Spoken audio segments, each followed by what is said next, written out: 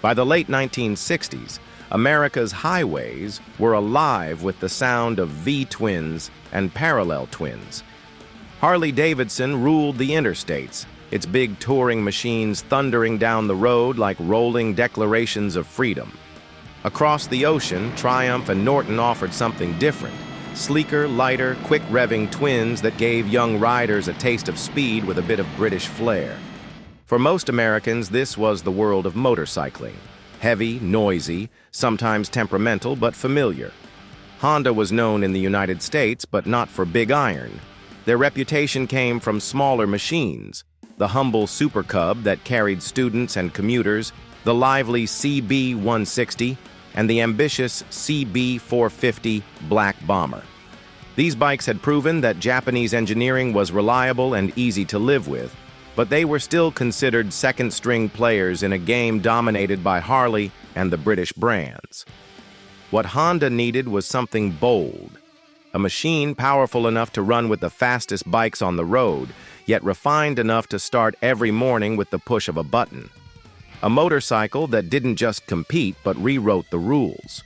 In 1968, at the Tokyo Motor Show, Honda pulled the cover off a machine that stunned the press. 1 year later, it rolled into American dealerships. Priced at just $1,495, it carried technology no rider had ever seen in a production bike. The world would soon give it a name that has echoed for generations: the first Superbike. When the Honda CB750 finally reached American showrooms in 1969, riders found themselves staring at a motorcycle unlike anything they had ever seen. At its heart sat a jewel of engineering, a 736 cubic centimeter, four-cylinder engine with a single overhead cam.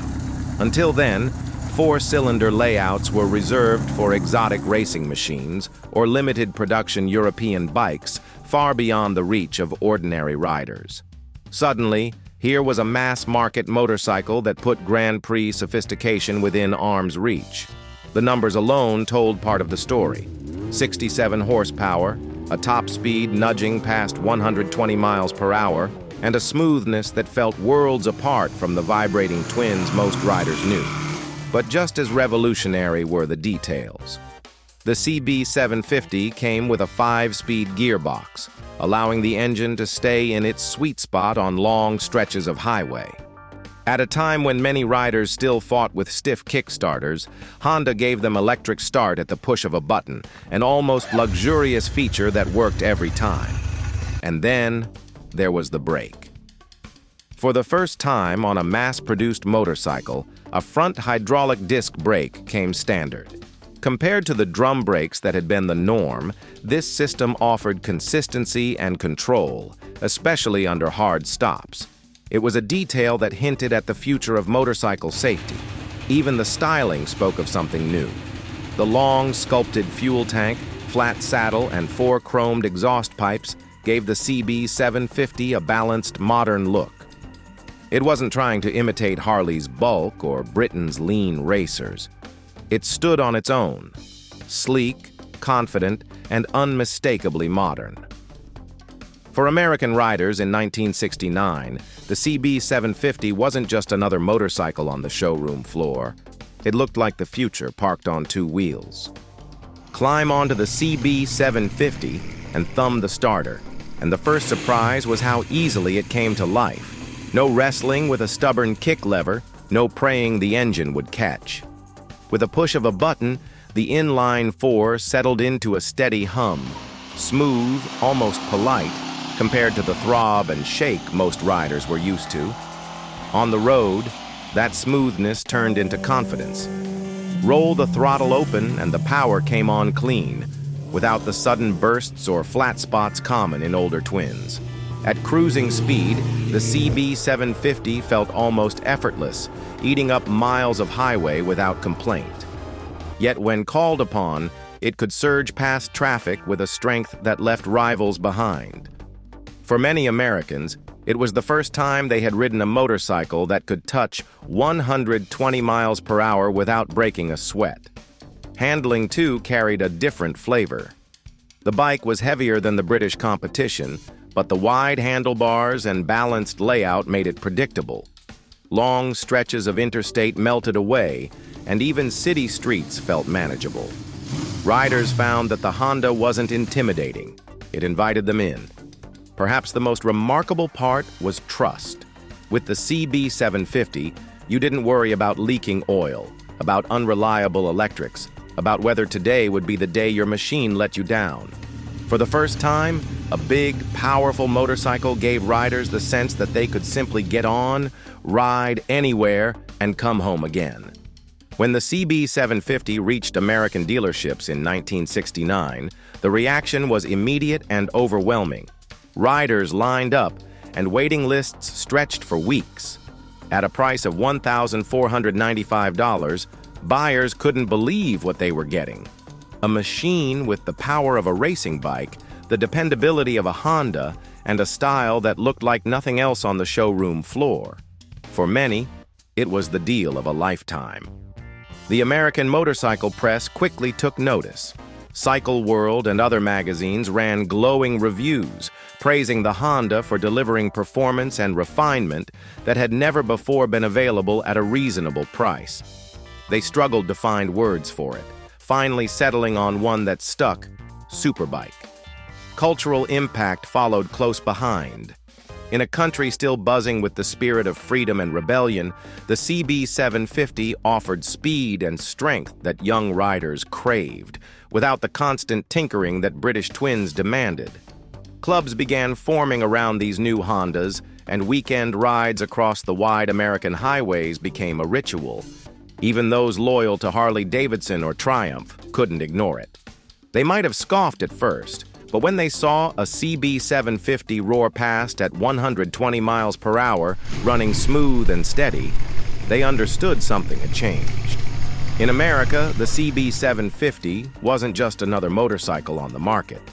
It was a wake-up call, proof that the balance of power in the motorcycle world had shifted, and it had shifted east, straight from Tokyo.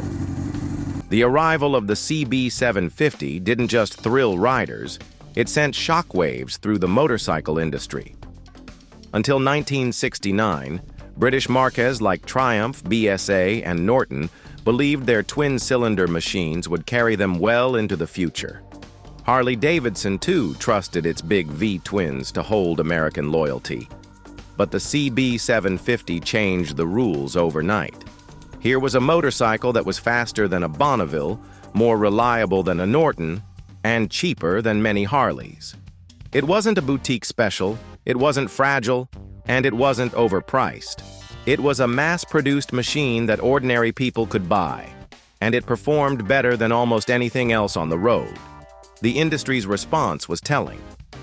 British manufacturers, already struggling with outdated factories and labor unrest, couldn't retool quickly enough.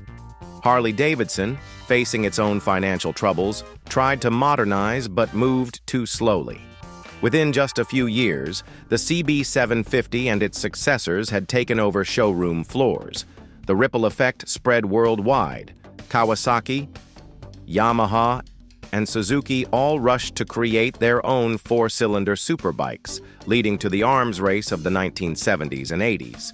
The term Universal Japanese Motorcycle was born, describing the wave of reliable, powerful fours that came to dominate roads across the globe. For Honda, the CB750 was more than a sales success. It was proof that the company could leap from small commuter bikes to the top of the performance ladder. It set a new standard, and it forced every other manufacturer to play by Honda's rules.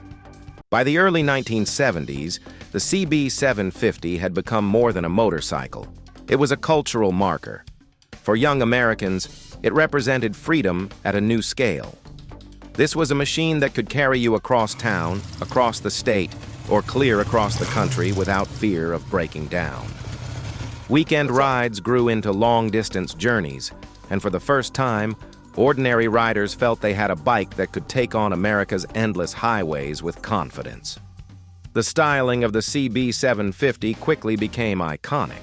Those four gleaming exhaust pipes, the long fuel tank, and the tidy balanced profile appeared in magazines, advertisements, and even movies. It was the motorcycle that looked just as good parked outside a diner as it did racing down the freeway.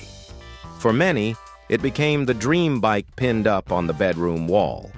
Collectors today revere the earliest sandcast versions, machines produced in limited numbers before Honda switched to die-cast cases in 1970. These first-year models, once overlooked, now fetch tens of thousands of dollars at auctions.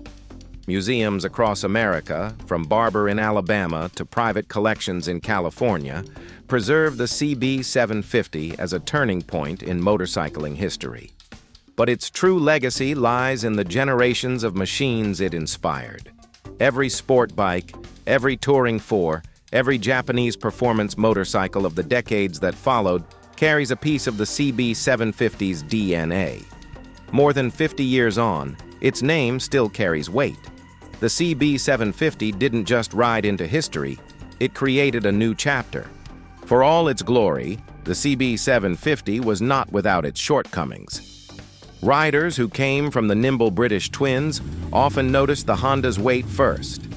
At nearly 500 pounds, it was a heavy machine for its time, and while it felt stable on the highway, it lacked the light-footed agility of a Triumph Bonneville weaving through tight corners.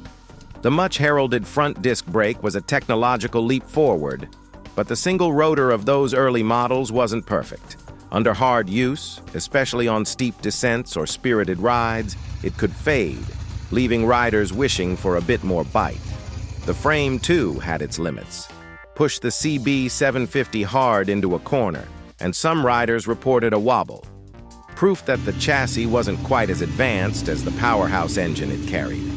Then there were the earliest sandcast engines. While highly prized by collectors today, some of those first units were prone to minor oil leaks and ran hotter than ideal.